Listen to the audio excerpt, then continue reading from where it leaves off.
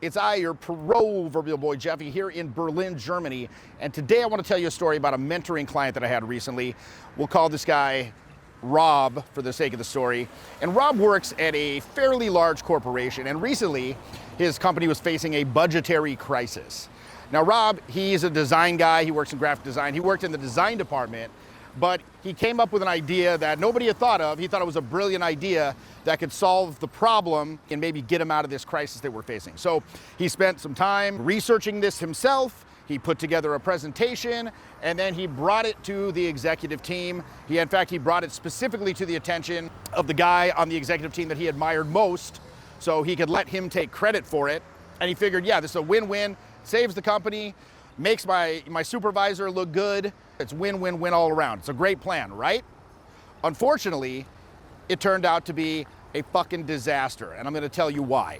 When you become more charismatic, you become more outgoing. Like maybe previously you were a bit of a wallflower, you kind of kept to yourself, you kept your opinions to yourself, but now you've got the ability to put yourself out there in a more charismatic way, and when you do that, you're inevitably gonna come into contact with somebody who, let's just say, doesn't share your viewpoints in a given situation.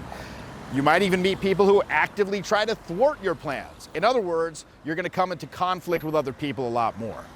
Now, social conflicts exist for the good of the group. They do not exist to help you per se, right? What do social conflicts do? They establish hierarchies. They help to identify a group as a coherent tribe. They keep people in their place on the totem pole in a given group. They maintain the rules of the group. Now, in the category of conflict, there are 6 main so-called monkey problems that trigger conflicts. And these include status checking, dominance, we don't do that here, you don't belong here, snowflakes, and untouchables. So when Rob went to his buddy on the executive team and presented him with his brilliant idea, it actually blew up in his face. Why? Because it triggered 4 of these so-called status showdowns, let's just say. Number 1 was status checking. When you come into any situation and you're an unknown quantity, whether you're a new hire, whether you're transferring into a different department, the monkey brain demands that that unknown quantity issue is addressed first before anything else can take place. In particular, powerful people in a group hierarchy are very compelled to know this information. Why are you coming in here with this, telling me this stuff? Are you trying to get credit for it? Are you trying to climb the ladder? Are you trying to embarrass management? Number 2 is dominance. The more secure that everyone in a group is of their place in that hierarchy, the less conflict there's going to be of this nature. So for example, in a small nuclear family group, the parents are clearly the boss. No one's going to question that. Are the kids the boss? Are the parents the boss? Everyone knows the parents are the boss. It's undisputed. But in an uncertain hierarchy, like in a large corporation like where Rob worked, in that situation, the boss, they can play favorites at a whim. So in that kind of situation where, again, it's an uncertain hierarchy, there's a lot of infighting, and typically there's going to be a lot of conflict. So Rob bringing his proposal to that executive guy was essentially him telling him, I think I can do your job better than you do, and that triggered conflict. Number 3, we don't do that here. Every group has rules. Some of those rules are codified, others are going to be unspoken or unofficial. So even if they say, here I have an open door policy, you can come in whenever you want, bring me anything you want. That might be what they say, but the subtext, it still might be a violation of protocol to bring your plan in. Maybe you're like jumping the chain of command, et cetera, et cetera. Number 4 is you don't belong here. Even if you're in the same group, even if you're in the same company, there can still be various subgroups. So again, the guy who works in the design department going to the finance executive with a problem that doesn't match his identity as a design guy, that's going to cause a problem. Now, once you trigger any one of these emotional responses, the person that you triggered it in, they're in what we call the emotional refractory period. In other words, they've gone onto a script where they're going to execute that script and they will not be able to process the information. Again, Rob's idea, I didn't really know the specifics of it, it's unimportant, but it doesn't matter if it's legitimately an amazing plan, it's going to save the company, it's going to make this guy look good, it's going to be great for everybody, it doesn't matter.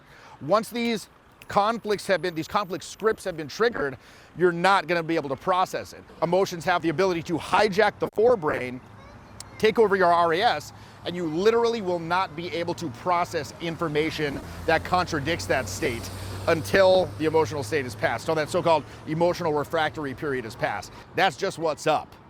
So a better approach that Rob might have taken would be as follows. He goes to the executive guy, knocks on his door, he says, hey, you busy, you got a moment? Hey, look, I know I'm just in the I'm a creative, I'm just a design guy, but I know what's going on with the budget, and I had this idea. I don't know anything about finance. I don't know if it's good or not, but I thought maybe you could check it out, see if I'm totally off base here. It's probably idiotic, but honestly, I thought you'd be the only guy who wouldn't laugh at me if I was wrong. So let's take a look at how we're addressing those various monkey problems by taking this approach. Number one, I know I don't belong here. Number two, maybe you can check it out. In other words, you're asking them for help. You're not telling them that you can do their job better than them, right? I thought you were the only one that wouldn't laugh at me, honestly, right? Acknowledging you're out of your lane. So again, acknowledge all of these things. Don't come barreling in there as some authority figure. Whenever possible, in these type of situations, you want to come in as an outsider, right? Like you're reluctantly adding in your extra perspective. You don't have any agenda. Like, look, hey man, I don't know what's going on, but let me see if I can help maybe, right? That's the attitude you want to bring to the table. So we talked about 4 monkey problems there. The other 2 so-called monkey problems that I didn't address in that situation and weren't really germane or pertinent to Rob's little problem are number 5, snowflakes. And these are not the woke connotation, right? It's not that meaning, but snowflakes are basically people in an organization who have very specific power and authority within very narrow circumstances, but overall they have low status. So this would be maybe the guy that runs the records room downstairs, maybe the bouncer at the door of the club, right? They don't have a lot of power, but in that little domain, they have supreme power. Pretty much any service industry worker for that matter. Now, a lot of these people, they will want or even demand special treatment just to do their basic job. And again, this isn't a hard one to defeat or a hard problem to deal with, but the people who have trouble with snowflakes, in my experience, are usually those who want their own status acknowledged or who want to boss people around. So think about it like this. It costs you nothing to be nice to these people. So if you want a smooth time, get to know these people, be friendly with them, and they'll do their job for you, okay? And the last group is Untouchables. Now, who are the Untouchables? Untouchables are basically groups that are exempt from interaction. This could be in a company, this could be employees who have sued the company successfully in the past and let it be known they'll do so again gladly if provoked, various legally protected classes. And lastly, people who are actively unpleasant so others leave them alone. Okay, so if you're going out in a social situation, this could be somebody who's not good at socializing, maybe somebody who's like, the unattractive member of the peer group out on the town, who's like, if I can't have fun, no one's gonna have fun, and so they just go out of their way to be very, very unpleasant so people leave them alone. So now that we've listed the various types of social status conflicts, let's talk about solutions to these problems. Number 1, status checking. The best way to deal with this is through tactical ass kissing. So like in the example before with Rob, basically you're asking for help. You're not trying to usurp the boss's power. Again, maybe the boss takes credit, but you're gaining points with them to further your career down the line. Monkey problem number 2, which is dominance. In this situation, you simply want to raise the other person's status. Now, you don't want to flatter them insincerely, but you want to be looking for ways to make them feel good about themselves, make them feel secure in their position. Number 3, we don't do that here.